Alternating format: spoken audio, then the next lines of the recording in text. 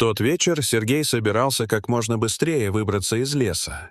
Он задержался на работе, а потом решил не ехать по главной дороге, потому что там из-за ремонта образовалась большая пробка.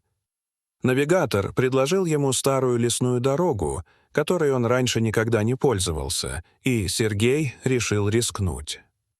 Дорога была узкой, местами разбитой, но навигатор показывал, что до трассы оставалось чуть больше 10 километров.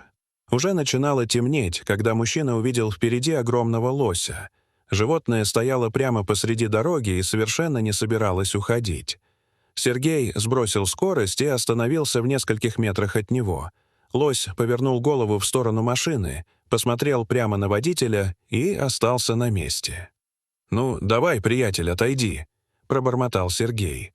Он несколько раз посигналил, но животное даже не вздрогнуло. Тогда мужчина подождал минуту, надеясь, что лось сам уйдет в лес.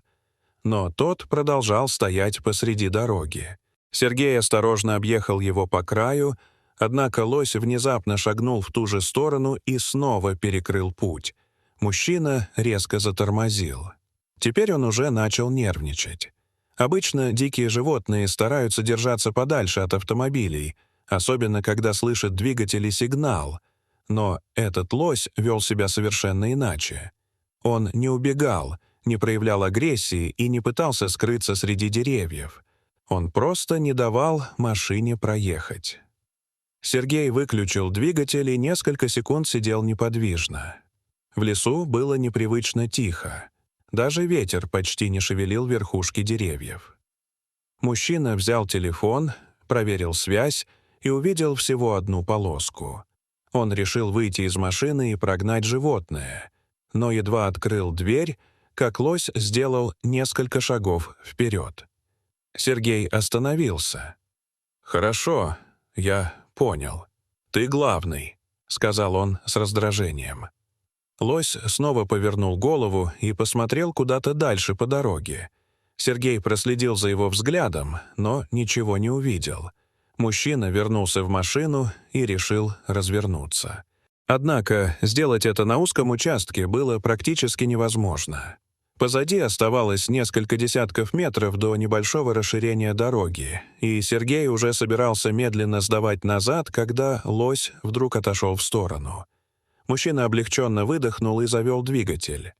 Он нажал на газ и проехал вперед примерно 50 метров.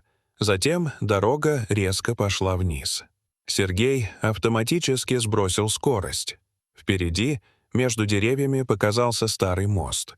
Он сразу понял, что что-то не так. Ограждение с правой стороны отсутствовало, а земля перед мостом была покрыта свежими трещинами. Мужчина остановился.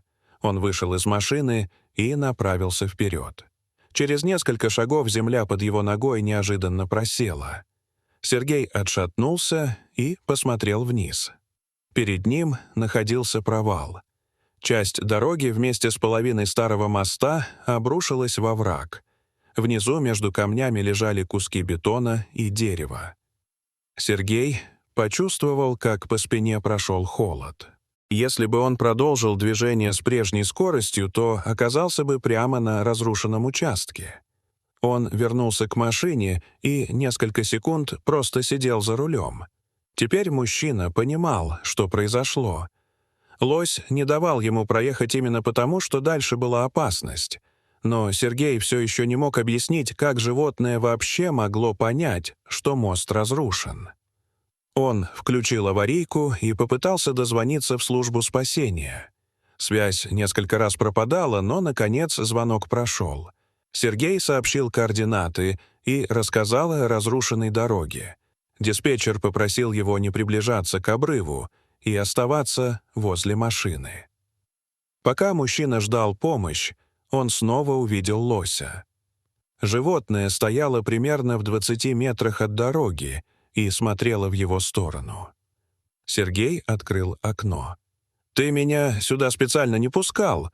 — спросил он, понимая, насколько глупо звучит его вопрос. Лось несколько секунд постоял неподвижно, затем медленно повернулся и скрылся между деревьями. Через 40 минут приехали спасатели и сотрудники дорожной службы.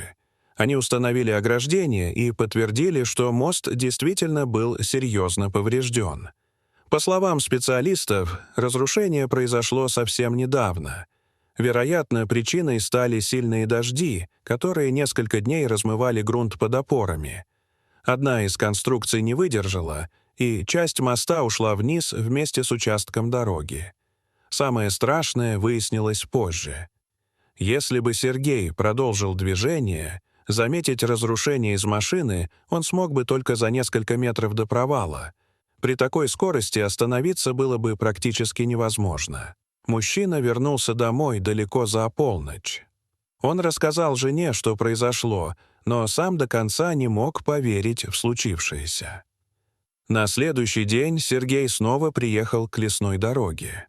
Разумеется, животного там уже не было. Однако Сергей заметил на влажной земле следы крупных копыт. Они начинались у леса, пересекали дорогу и заканчивались примерно в том месте, где мужчина впервые встретил лося. Сергей сфотографировал следы, а затем несколько минут просто стоял у машины. Он вспоминал, как пытался объехать животное, как несколько раз сигналил и даже сердился на него. В тот момент ему казалось, что лось просто ведет себя странно. Теперь все выглядело иначе. Конечно, Сергей понимал, что животное не могло знать, что он собирается ехать именно по этой дороге. Возможно, лось просто почувствовал опасность раньше человека. Возможно, его напугал звук обрушения или необычный запах земли после разрушения. А может быть, он просто не хотел пересекать участок дороги, который уже казался ему небезопасным. Но каким бы ни было объяснение, одно оставалось фактом. Если бы лось не остановил машину, Сергей оказался бы на мосту несколькими минутами раньше. Через несколько дней дорогу полностью перекрыли. Рабочие разобрали остатки старого моста и начали строительство нового. Сергей больше никогда не ездил там ночью. Иногда он специально сворачивал на эту дорогу днем, надеясь снова увидеть своего неожиданного спасителя, но лось больше не появлялся. Прошло несколько месяцев. Однажды осенью Сергей ехал по трассе неподалеку и заметил на обочине знакомый силуэт. Он сразу снизил скорость. Это был лось. Животное стояло среди деревьев и спокойно смотрело на поток машин.